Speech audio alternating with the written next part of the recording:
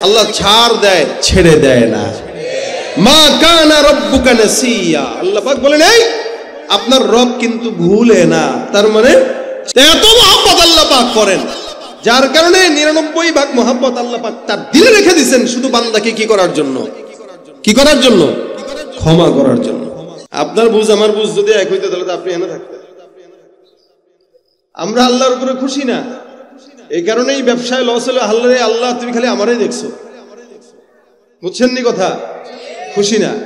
বিপদে বললে আরে আল্লাহ খালি আমারই বিপদ দেয়, খুশি না। এই কারণে আল্লাহ পাক থেকে যতক্ষণ নিয়ামত পায় আলহামদুলিল্লাহ, মুসিবত আসলে ভালো লাগে না, জিন্দেগি শেষ। এজন্যই তো আত্মহত্যা করে। কেন করে? জীবনের ব্যাপারে তার বিতৃষ্ণা চলে আসছে, সে জীবনকে পছন্দ করতেছে না। আল্লাহ কয় আরে মুসিবত আমি দেই, নিয়ামত আমি দেই। নিয়ামত পাইলেও আল্লাহর তরফ থেকে যে নিয়ামত পাবে শুকরিয়া করবে, নিয়ামত বাড়ায় দেব। মুসিবত পাবে সবর করবে, জান্নাতের সুসংবাদ দিয়ে দেব। নিয়ামত কার থেকে? মুসিবত কার থেকে? আর আমরা নিয়ামত পাইলে খুশি হয়ে, মুসিবত পাইলে বেজার হয়ে যাই। তার মানে আল্লাহর উপর আমরা সন্তুষ্ট না। অথচ সাহাবা একরাম মুসিবতেও আল্লাহর উপরে কি ছিলেন? সন্তুষ্ট ছিলেন। আলহামদুলিল্লাহ, আল্লাহ যেমনি আমাকে রাখছেন এমনি খুশি। সুবহানাল্লাহ। হযরতে আবু তালহা রাদিয়াল্লাহু তাআলা ওনার সন্তান ছিলেন, ছোট্ট বাচ্চা। দেখেন সাহাবা একরাম যে বিপদেও আল্লাহর উপরে সন্তুষ্ট থাকতেন। তোমার বাচ্চা অসুস্থ, একদম মারিজ, বিছানায় পড়ে গেছে। রাসূল সাল্লাল্লাহু আলাইহি ওয়াসাল্লাম এই বাচ্চাকে খুব ভালোবাসতেন। বাচ্চা বিছানায় পড়ে গেছে, তালহা রাদিয়াল্লাহু তাআলা রাসূলের কাছে। তো রাত্রিবেলা ঘরে আসছেন, এসে জিজ্ঞাসা করতেছেন বিবি আমার সন্তান কেমন আছে? আমরা যদি আমাদের বাচ্চাদেরকে অসুস্থ রেখে বাসায় যাই, রাত্রে ঘরে ঢোকার সাথে সাথে আগে কার খোঁজ নেই? বাচ্চারই তো খোঁজ নেই। সন্তানের খোঁজ নেওয়ার জন্য জিজ্ঞাসা করতেছে বাচ্চা কেমন আছে। এদিক দিয়ে উনি যে দিনের বেলা রাসূলের কাছে ছিলেন, সন্ধ্যার সময় বাচ্চাটা আল্লাহ পাকের ডাকে সাড়া দিয়ে ইন্তেকাল করছে। বাচ্চা নাই দুনিয়াতে, বাচ্চা কি? ইন্তেকাল। সাহাবী ঘরে এসে জিজ্ঞাসা করতেছেন বিবি আমার সন্তান কেমন আছে? বিবি ডাক দিয়া বলতেছেন আলহামদুলিল্লাহ, সন্তান এখন আগের চেয়ে পরিপূর্ণ শান্ত। সুবহানাল্লাহ। জোরে কোন, বুঝেন নাই মনে হয়? মৃত সন্তানকে কি বলতেছে? সন্তান পরিপূর্ণ শান্ত, পরিপূর্ণ শান্ত। আচ্ছা বলেন, এখানে বিবি হিকমত খাটাইছে। মানুষ যখন জান্নাতে চলে যায়, আল্লাহর কাছে চলে যায়, তখন ওই মানুষ সবচেয়ে বেশি শান্ত থাকে। বেঁচে থাকলে অশান্তি, মরে গেলে জান্নাতে গেলেই শান্তি। বিবি বলতেছে আলহামদুলিল্লাহ, সন্তান এখন পরিপূর্ণ শান্ত। সাহাবী মনে করছে তাহলে তো আলহামদুলিল্লাহ, তার মানে সন্তান এখন সুস্থ আছে। সাহাবী সুন্দর করে গেছেন, রাত্রিবেলা খানাও খাইলেন, বিবির সঙ্গেও শুইতে গেলেন। এমনকি রাতের স্বামী স্ত্রীর মিলন হয়ে গেল। এদিক দিয়ে স্বামী স্ত্রীর দুজনের ভিতরে সুখ, ওদিক দিয়ে বাচ্চাটা ইন্তেকাল করে ঘরের বিছানায় শোয়া। স্বামী জানে না, বিবি জানে, একটা মা জানে তার সন্তান হারানোর বেদনা কতটুকু। কিন্তু এই হারানোর বেদনাটাকে ভুলে গিয়ে মুখের মধ্যে হাসি দিয়ে স্বামীর সঙ্গে মুআমালা করতেছে। কারণ বিবির চিন্তা হইল আমার আল্লাহ পাক যেমনে খুশি আমিও তেমনে খুশি। সকালবেলা ফজরের নামাজের আগ দিয়া যখন গোসলখানায় গোসল করতে যায়, গোসলের পরে ডাক দেয়া কয় স্বামী আমার, তোমার কাছে আমার একটা প্রশ্ন। কোন বান্দা যদি তোমার কাছে কোনো পয়সা আমানত রাখে, সময় মতো যদি সেই বান্দা পয়সাটা চায়, তুমি কি করবা? স্বামী ডাক দেয়া কয় আল্লাহর কসম, আমানতদারিতা বজায় রাখা মুমিনের আলামত। যে বান্দা আমার কাছে পয়সা আমানত রাখবে, তারা আমানত আমি ঠিক মতো তার কাছে বুঝিয়ে দিব।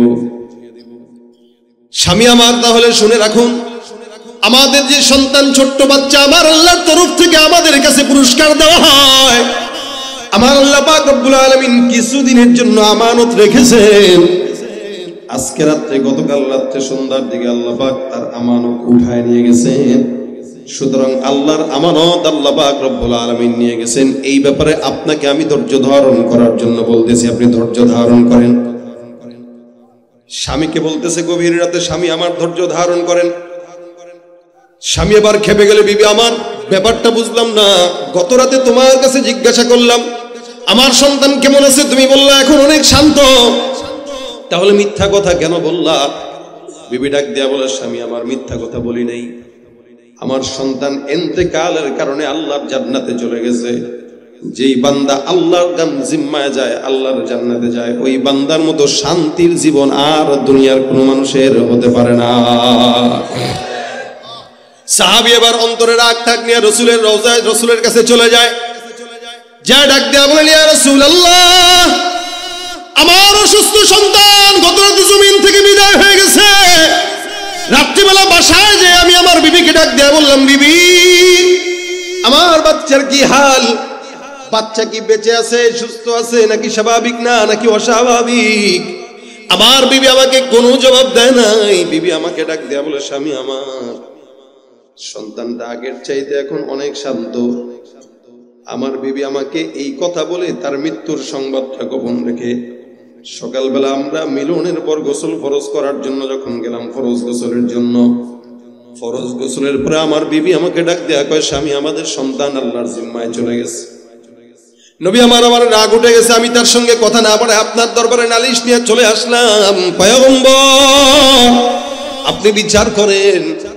নবী করিম সাল্লাল্লাহু আলাইহি ওয়াসাল্লাম ডাক দেয়া কয়, এরা তালহা, যেই কাহিনী তোমার বিবি তোমার সঙ্গে করছে, একজন উত্তম বিবি এর চাইতে ভালো কোনো কাজ করতে পারে না। আরে তোমার কাছে যদি রাত্রেবেলা বলতো, তুমি তো পেরেশান হয়ে যাইতে, ঠিক মতো ঘুম হইতো না, খানা হইতো না, তোমাকে রাতের ঘুম ঘুমাইতে দিছে, তোমাকে খানাও খাইতে দিছে, এমনকি তোমার সাথে সঙ্গী হয়ে তোমাকে সুখ দিয়েছে। সবর করো, আল্লাহ পাক যেটাকে নিয়ে গেছে এটার চেয়ে আরো 1000 কোটি গুণে বেশি ভালো একটা সন্তান তোমাকে আজকে রাতে দিয়ে দিবে ইনশাআল্লাহ। আজকের মিলনে তোমার বিবির গর্ভে আল্লাহ পাক তার চাইতেও দামি সন্তান দান করবেন।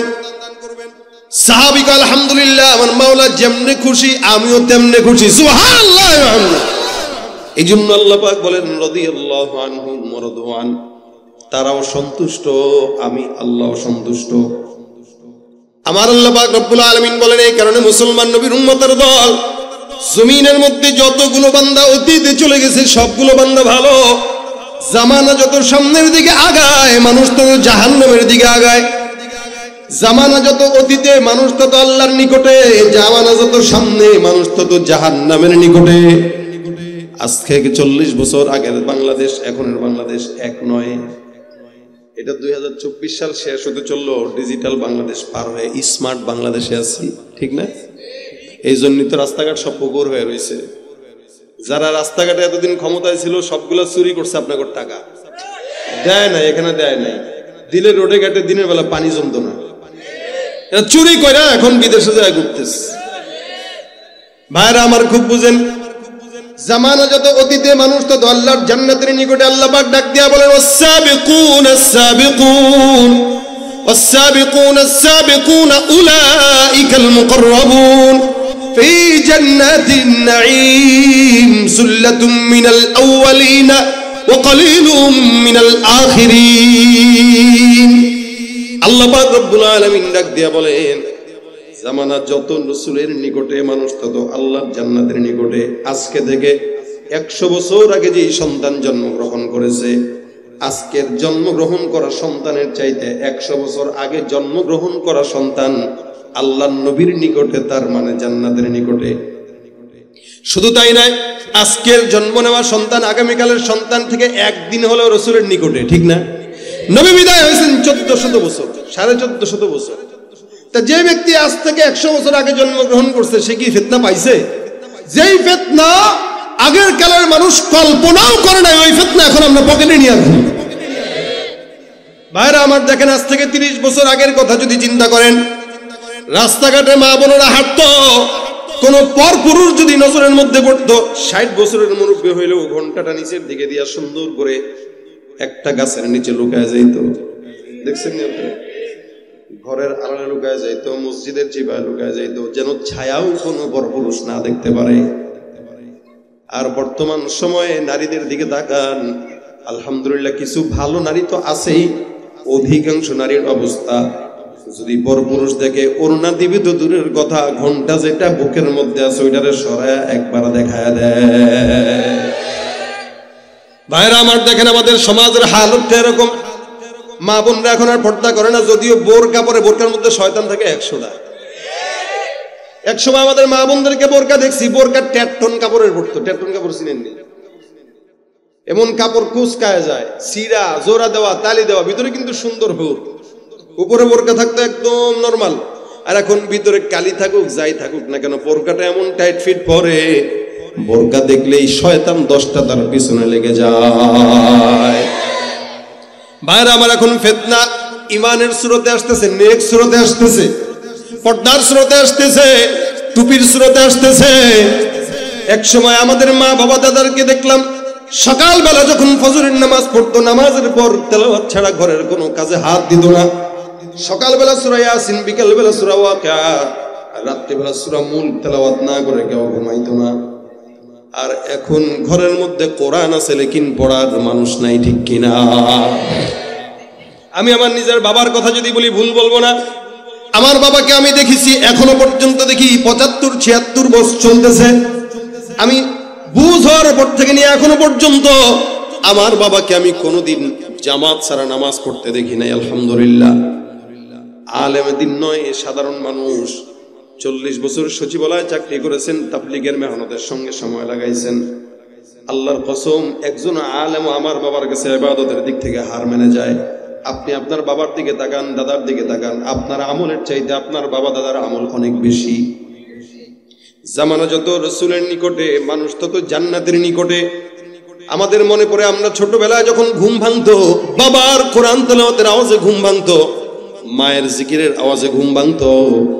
বর্তমান সন্তানদের ঘুম ভাঙে মা বাবার মোবাইল আর ফেসবুক ইউটিউবের আওয়াজে, ঠিক কিনা? এই জন্যই তো আমাদের সন্তানরা এখন এরকম বেহায়া হয়, বেলাজা হয়, বেশরম হয়, গাঁজাখোর হয়, ঠিক কিনা? কারণ মা বাবা যেরকম সন্তান সেরকম। আমার আল্লাহ ডাক দিয়ে বলে, হে বান্দা, জামানা যত নবীর নিকটে, রাসূলের নিকটে, মানুষ তত জান্নাতের নিকটে। জামানা যত পিছনে, মানুষ তত পিছনে। এই জন্য মুসলমান নবীর উম্মত, তাবেঈদের থেকে নিয়ে আজ পর্যন্ত সব বান্দা গুনাহগার। এই প্রত্যেকটা গুনাহগার বান্দাকে আল্লাহ পাক রব্বুল আলামিন আশার বাণী শোনায় দেন, বান্দা তোর গুনাহ যেখানে শেষ, আমি আল্লাহর দয়া সেখান থেকেই শুরু। তুমি পারো করতে মোচন অভাব দুঃখী লোকে, তুমি পরম মুক্তি দাতা, মালিকে জগতের, তোমার কাছে চাই যে পানা আমরা প্রতিদিন। তোমার দয়ায় পূর্ণ আমার সারা নিশিদিন। দয়া করেন কে? ঘুমাইতেছেন আপনারা? দয়াময় আল্লাহ। এই জন্য আল্লাহ পাক বান্দাকে ডাক দিয়ে বলেন, ওয়ানিস্তাগফিরু রাব্বাকুম সুম্মা তুবু ইলাইহি। এ মুমিন, জমিনের মধ্যে তোমরা যারা গুনাহগার, প্রত্যেকটা গুনাহগারের জন্য আমি আল্লাহর আদেশ, 1 নম্বরে বান্দা সবাই মিলে ইস্তেগফার করো, 2 নম্বরে বান্দা তওবা করো। ইস্তেগফার মানে এই মুহূর্তে গুনাহ করলাম, এই মুহূর্তে আল্লাহর কাছে ক্ষমা চাওয়া। আর তওবা মানে সামনে কোনোদিন এই গুনাহটা আর করব না। আল্লাহ পাক রব্বুল আলামিন বলে, 1 নম্বরে ইস্তেগফার করবা, 2 নম্বরে তওবা করবা। 1 নম্বরে কি? 2 নম্বরে কি? তওবা। ইস্তেগফার কোন বান্দা যদি করে, যতই গুনাহগার হোক, আল্লাহ পাক ক্ষমা করে কি করে না? কতটুকু দয়াময় আল্লাহ। পয়গম্বর ডাক দিয়া বলেন, মুহাব্বত, ভালোবাসা, প্রেম যখন আল্লাহ পাক বানায়, 100 ভাগে ভাগ করেন, 100 ভাগের 1 ভাগ মুহাব্বত গোটা দুনিয়ার মধ্যে ছড়ায় দেয়। আসমানের মধ্যে ছড়ায়, জমিনের মধ্যে ছড়ায়, পাহাড়ের মধ্যে ছড়ায়, ইনসান জিন্নাত মাখলুকাত সবার ভিতরে 1 ভাগ মুহাব্বত দেয়। বাকি থাকলো 99 ভাগ। নবী করিম সাল্লাল্লাহু আলাইহি ওয়াসাল্লাম বলেন, উম্মত, বাকি 99 ভাগ মুহাব্বত কেবলমাত্র আমার আল্লাহ শুধুমাত্র বান্দাকে ক্ষমা করার জন্য আল্লাহর দিলের মধ্যে রেখে দিয়েছে। সুবহানাল্লাহ, জোরে কোন সুবহানাল্লাহ। 1 ভাগ মহব্বত নিয়ে যদি আপনার সন্তানের প্রতি আপনার হালত এই হয়, 99 ভাগ মহব্বত আল্লাহ পাকের দিলে থাকলে কত ভালো আল্লাহ পাক বাসেন চিন্তা করা যায়। কতটুকু ভালোবাসেন, যার কারণে দেখবেন আপনি চাকরি যখন করবেন, চাকরি করতে গেলে 30 দিনের ভিতরে 10 দিন যদি চাকরি কামাই দেন, বেতন থাকবে না কাটবে? হ্যাঁ, কাটবে। আচ্ছা বলেন তো, নামাজ পড়ার কথা আল্লাহ বলছেন কি বলেন নাই? পড়ি কি? কখনো পড়ি, কখনো। আচ্ছা আল্লাহ যদি চাইতো এই নামাজ ফজরেরটা না পড়লে নাস্তা খাইতে পারবি না, বেতন কাটা, পারতেন কিনা? যে ফজর পড়বা না, নাস্তা খেতে পারবা না, এখানে একটা অটোমেটিক দরজা ফিট হয়ে যাবে, ওই দরজা দিয়ে নাস্তা ঢুকবে না, এনেই পড়ে থাকবে। জোহর পড়বা না তো দুপুরের খানা খেতে পারবা না। আসর পড়বা না তো আসরের পরে চা পান ঢুকাও ভালো মতো গলা দিয়া, দরজা বন্ধ। মাগরিব পড়ো নাই, রাতের খাবার জুটবে না, এসা পড়ো নাই, চোখে আমি আল্লাহ তার কাটা লাগা রাখবো, ঘুমাইতে পারতি না। আল্লাহ চাইলে পারতেন কিনা? কিন্তু আল্লাহ পাক বরঞ্চ এত মহব্বত করেন যে যত বেশি শয়তান তারে তত নিয়ামত বাড়ায় দেয়। দেখবেন আমাদের দেশে ইমানদারদের তুলনায় শয়তানরা ভালো থাকে, সৎ ব্যবসায়ীর তুলনায় দুর্নীতিবাজ ভালো থাকে। কারণ আল্লাহ শয়তানদের ছাড় দেয়, দেখে বান্দা কোনো মতে নি ফিরে আসে, কিন্তু মনে রেখেন আল্লাহ ছাড় দেয়, ছেড়ে দেয় না। মা কানা রব্বুকা নাসিয়া, আল্লাহ পাক বলেন এই আপনার রব কিন্তু ভুলে না। তার মানে ছাড় দিয়া ট্রাই করে, যখন দেখে এটা বেশি উঠতেছে তখন 40 মিনিটের মাথায় দিল্লি পাঠায় দেয়। কথা কি ক্লিয়ার না ভেজাল আছে? এটা হইলো বাস্তবতা। আল্লাহ ছাড় দেয়, ছেড়ে। এত মহব্বত আল্লাহ পাক করেন, যার কারণে 99 ভাগ মহব্বত আল্লাহ পাক তার দিলে রেখে দিয়েছেন শুধু বান্দাকে কি করার জন্য? কি করার জন্য? ক্ষমা করার জন্য। দেখেন বনি ইসরাইলের জামানায় রাসূল ঘটনা বর্ণনা করেন, একজন বান্দা একটা নয়, দুইটা নয়, 99টা খুন করছে। কয়টা?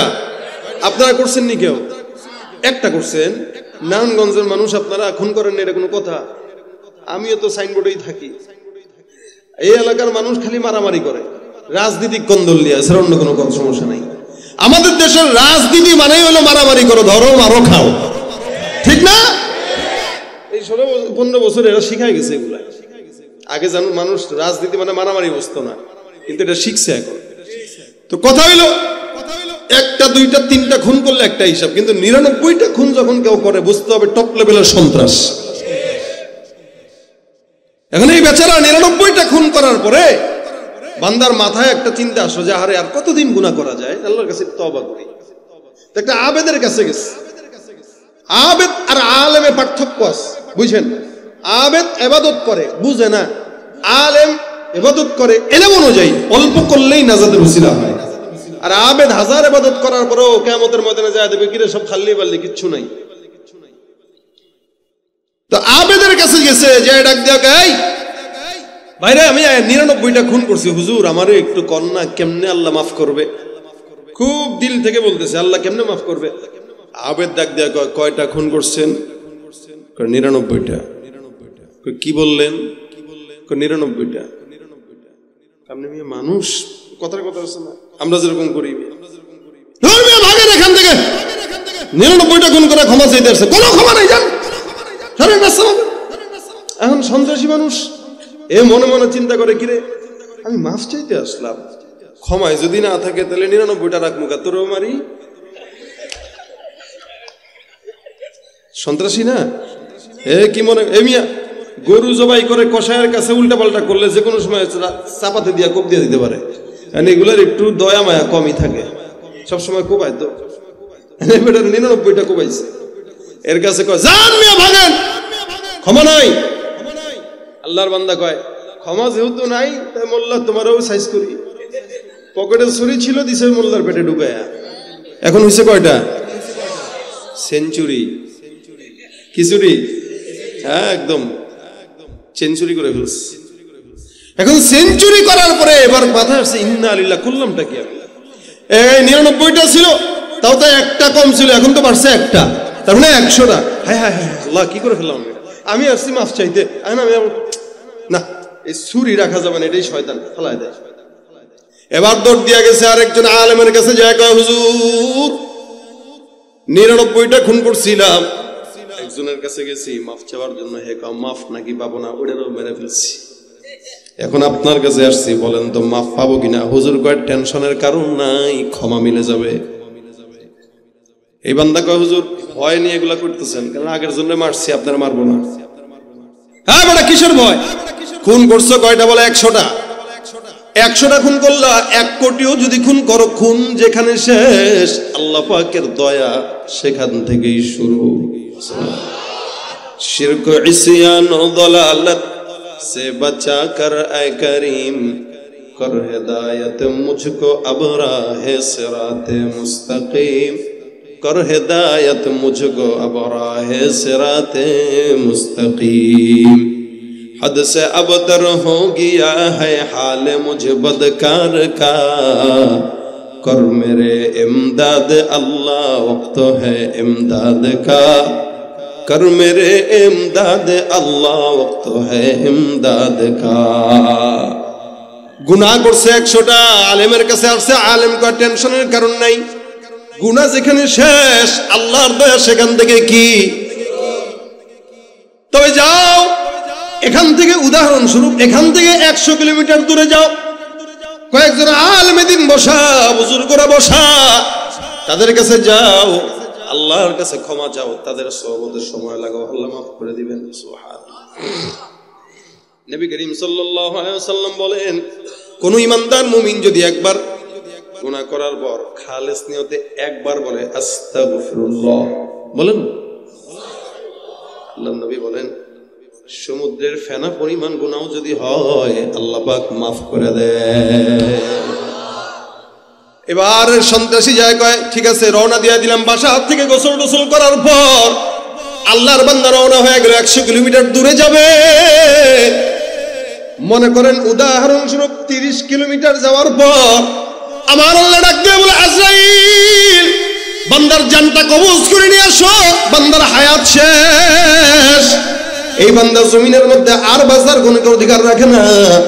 এই বান্দার তকদিরে যতদিন পর্যন্ত নিয়ামত ছিল তকদির শেষ, নিয়ামত বন্ধ, হায়াত শেষ হয়ে গেছে, বান্দার জান কবজ হয়ে গেছে। তওবার জন্য রওনা দিছে, লেকিন তওবা করতে পারে নাই। যুবকরা মনে করে 40 বছরের পর তওবা করব, 50 বছরের পর তওবা করব, কিন্তু সামনে মৃত্যুর দূত দাঁড়ায় আছে, যুবকের কোনো খবরও নাই। এই জন্য তওবা করব বলতে হয় না, তওবা করছি বলতে হয়। কি? তওবা করছি, করে ফেলছি, করব, করছি, দুইটার ভিতর পার্থক্য। করছি মানে করে ফেলছি আলহামদুলিল্লাহ, আর করব মানে করবো না সামনে। আল্লাহর বান্দা রওনা হয়ে গেছে, ইন্তেকাল হয়ে গেল। একদিকে জান্নাতের ফেরেশতা, আরেকদিকে জাহান্নামের ফেরেশতা। জান্নাতের ফেরেশতা টান দেয় জান্নাতে যাক, জাহান্নামের ফেরেশতা বলে জাহান্নাম। কেন? বলে জাহান্নামে যাবে 100টা অন্যায় করলো, আর তোমরা জান্নাতে নিতে চাও, কেন জান্নাতে নিতে চাও? আল্লাহর ফেরেশতারা কয় না না, জান্নাতে এই কারণে যাবে, বান্দা তওবার নিয়ত করছিল, হায়াত শেষ, তওবা করতে পারে নাই, সেটা ভিন্ন হিসাব। লেকিন তওবার নিয়ত করার কারণে বান্দা জান্নাতি হয়ে যাবে, মাফ পেয়ে গেছে। দুই দলের মধ্যে ঝগড়া, মারামারি, হানাহানি। এবার একটা দল আরেক দলের সেটাক দিয়ে কয়, ভাইরা আমার ঝগড়া কেন? কয় যে এরা বলতেছে জান্নাতে যাবে, এরা বলতেছে জাহান্নামে যাবে। আরে ভাই জান্নাতে কেমনে যায় 100টা খুন করার? জাহান্নামের ফেরেশতারা বলতেছে কেমনে জান্নাতে যায় 100টা খুন করার পরে, আর জান্নাতের ফেরেশতা বলতেছে কেমনে জাহান্নামে যায় তওবার নিয়ত করার পরে। সুবহানাল্লাহ। এই নবী বলেন, মান হাম্মা বিহাসানা, কেউ যদি নেক কাজের কোনো নিয়ত করে কিন্তু নেক কাজটা করতে সুযোগ পায় নাই, কাতাবাল্লাহু লাহু হাসানাতান কামিলা, আল্লাহ পাক তার আমলনামায় পরিপূর্ণ নেক দান করে দেন। নিয়ত করেন সকালে ফজর পড়ব ইনশাআল্লাহ, ইনশাআল্লাহ। রাত 12টা তো পার হয়ে গেছে, পরে না পড়তে পারলে হুজুর আমার দোষ দিবেন, গুনাহগারের ভাগী আমি হতে চাই না। নিয়ত করছেন তো? এখন যদি কেউ পড়তে না পারে, এটা ভিন্ন হিসাব, যেন না পারে এরকম যেন না হয়, পড়বো ইনশাআল্লাহ। এই যে নিয়ত করছেন, আমলনামায় সব লেখা হয়ে গেছে। বান্দা নিয়ত করছে জান্নাতে যাবে, তওবা করবে, কিন্তু করতে পারে নাই, এই কারণে জান্নাত। আরেক দল কয় 100টা খুন করছে, এই কারণে জাহান্নাম। মাঝখানের ফেরেশতা কয়, শুনো, আল্লাহ পাক বলছেন রাস্তাটা মাপার জন্য। ঘর থেকে 100 কিলোমিটার দূর রাস্তা তওবার, বান্দা যদি 70 কিলোমিটার যায় তাহলে জান্নাতি, যদি কম যায় তাহলে জাহান্নামী। মূলত 70 গেছে না 30 গেছে? কম গেছে, কম। ফেরেশতা এবার রাস্তা মাপা শুরু করে দিল। 1 হাত, 2 হাত, 3 হাত, 4 হাত। এই বান্দার রাস্তা ফেরেশতারা মাপে। আমার আল্লাহ ডাক দিয়ে বলে, জমিন, আমি আল্লাহ পাক রব্বুল আলামিন বললাম আমার বান্দা তাওবার নিয়তে বাসা থেকে বের হয়েছে, সুতরাং এই বান্দার রাস্তাটা 30 কিলোমিটার। আমি আল্লাহ পাক জমিন তোমাকে আদেশ করলাম বান্দার রাস্তা একদম 30 থেকে নিয়ে বান্দার জান্নাত পর্যন্ত দীর্ঘ লম্বা হয়ে যাও। বন্দেগানে খাসে আল্লাহ মুনগুয়ুব দরজা জানে জাওয়াসিসুল কুলুব জেমি সরশব এ পিরাহন শানিদি চরাদর চাহে কিনানশ নদীদি। ভাইরা আমার, এই কারণে আল্লাহ পাক রব্বুল আলামিন বান্দার মাফ করে, সবকিছু মাফ করে বান্দার সময় মতো তওবার নিয়ত করলো। আল্লাহ বলেন, জমিন তুমি লম্বা হয়ে যাও। ফেরেশতারা রাস্তা মাপা আরম্ভ করে। 1 হাত, 2 হাত, 3 হাত করে করে তাকায় দেখে বান্দার রাস্তাটা জান্নাতের দরজা পর্যন্ত লম্বা হয়ে গেছে। কয় রাস্তা কোন দিকে বেশি রে? কয় জান্নাতের দিকে বেশি। আল্লাহ কয়, জান্নাতের দিকে বেশি তো কথা বলোস কেন? তাড়াতাড়ি জান্নাতে ঢুকায় দে। আরে নবী এই গল্প সাহাবীদেরকে বলছেন, তাও কার? বলে বনি ইসরাইলের ঘটনা। বনি ইসরাইলের লোক যদি 100টা খুন করার পরে তওবা করার নিয়ত করে জান্নাতি হইতে পারে, আপনি আমি তো অবশ্যই জান্নাতি হব ইনশাআল্লাহ। কারণ আমরা আখিরি নবীর উম্মত। নবী বলেন সব নবীর উম্মতরা পিছনে থাকবে, তোমরা আগে আগে জান্নাতে ঢুকে যাবা। সুবহানাল্লাহ, আগে আগে জান্নাতে ঢুকে যাবা তোমরা, আগে আগে জান্নাতে। কারণ তোমরা আমার উম্মত, আমার দাম যেমন তোমাদের দাম ওদের। কিন্তু তওবার নিয়ত তো থাকতে হবে। ইস্তেগফার আল্লাহ পাক এই কারণে বলেন 1 নম্বরে বান্দা করবে কি? ইস্তেগফার। কি? আস্তাগফিরুল্লাহ, আস্তাগফিরুল্লাহ। 1 নম্বরে ইস্তেগফার, 2 নম্বরে তাওবা। ইস্তেগফার করলাম আর গুনাহ করব না, আর আল্লাহ মাফ করে দাও। তাওবা করলাম আল্লাহ আর কোনোদিন গুনাহ করব। ইস্তেগফারের দ্বারা কি ফায়দা? রাসূল সাল্লাল্লাহু আলাইহি ওয়াসাল্লাম বলেন, মান লাজিমাল ইস্তেগফার জাআলাল্লাহু লাহু মিন কুল্লি হাম্মিন ফারজা ওয়া মিন কুল্লি দিকিন মাখরাজা ওয়া রাযাকাহু মিন হাইসু লা ইয়াহতাসিব। কেউ যদি ইস্তেগফারকে জবানে লাজিম বানায়, শুনেন, কেউ যদি ইস্তেগফারকে জবানে কি বানায়? লাজিম মানে বুঝেননি? আবশ্যক। কি আবশ্যক? জরুরি বানায়। রাসূল বলেন আল্লাহ পাক তার সমস্ত পেরেশানি দূর করে দিবেন। টেনশনে নাই এরকম কেউ আছেননি? আছেন? টেনশন নাই এরকম কেউ আছেননি? কম বেশ সবার টেনশন আছে, পেরেশানি আছে। 2 নম্বরে যদি সংকীর্ণ পথ থাকে, যেটা বাধা আছে, এরকম কোন বিপদগ্রস্ত মানুষের জন্য আল্লাহ পাক রহমতের দুয়ার খুলে দিবেন। 3 নম্বরে বান্দার যদি রিজিকের অভাব থাকে, এমন জায়গা থেকে রিজিকের ফয়সালা করবে বান্দা কল্পনাও করতে পারবে না। হাদিসটা আমার রাসূল বলছেন, মিথ্যা না। কি? হাসান বসরির নাম শুনছেন? দেখেন, এটা বললে শেষের দিকে যাইতেছে, খালি মাথায় রাখেন যেন কথাটা বাসা পর্যন্ত নিতে পারি। হাসান বসরি রহমতুল্লাহ আলাইহি একবার বসছেন খানকায়, একটা লোক ঢুকছেন। ঢোকার পরে ডাক দেয়া, কয় হুজুর আমার এমন কোন গুনাহ নাই যে গুনাহ করি নাই, একটা ছোট্ট আমল শিখায় দেন যে আমলের কারণে আল্লাহ পাক আমাকে জান্নাত দান করবেন, মাফ করে দিবেন। হাসান বসরি কয়, যাও যাও, বেশি বেশি ইস্তেগফার করো। ওই বান্দা উঠে গেল। আরেকটা লোক ঢুকছে, হুজুর আমার এলাকায় আসমান থেকে বৃষ্টি হয় না, এমন একটা আমল শিখায় দেন যে আমলের কারণে আসমান থেকে কি আসবে? বৃষ্টি আসবে। হাসান বসরি বলেন, যাও ইস্তেগফার। 2 জনই কি দিলেন? প্রথম জন কেন আসছে? গুনার জন্য আসছে, তারে কি বললো? ইস্তেগফার করো। দ্বিতীয় জন কি আসছে? বৃষ্টির জন্য, তারে কি বললো? তৃতীয় জন এসে কয়, হুজুর আমার সম্পদ নাই, দোকান আছে, বেচা কিনা নাই। ব্যবসায়ীদেরকে যদি খালি জিজ্ঞেস করেন, ভাই ব্যবসা কেমন? তো ভাই সারা বছর গলা শুনে, বাণিজ্য ভালো না, ব্যবসা ভালো না। হাসান বসরি কয়, ব্যবসা ভালো হয় না? কয় না। সম্পদ নাই? বলো না। যাও ইস্তেগফার করো। কি?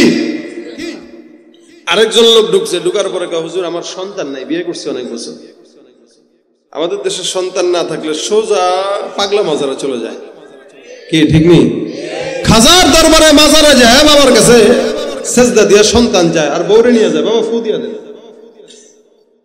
আচ্ছা বলেন, বাবার কাছে যায় যদি বউরে নেন, আপনার কি মনে হয় বউরে বাচ্চা দেওয়ার ক্ষমতা বাবার? কিছু কিছু বাটপাট তো আছে, কয় ঠিক আছে যা বউরে এতেকাফে রেখে যাইস 1 মাসের।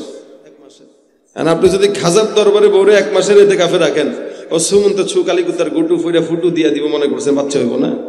আর 1 মাস পরে ওই বউ রিটার্ন নিতে আসেন, ওই বউয়ের গর্ভে যদি সন্তান হয় ওটা আপনার না, আপনার বাপের সন্তান। কথা ঠিক কিনা? মাজারে সেজদা দেওয়া যাবে, মান্নত করা যাবে, চাওয়া যাবে।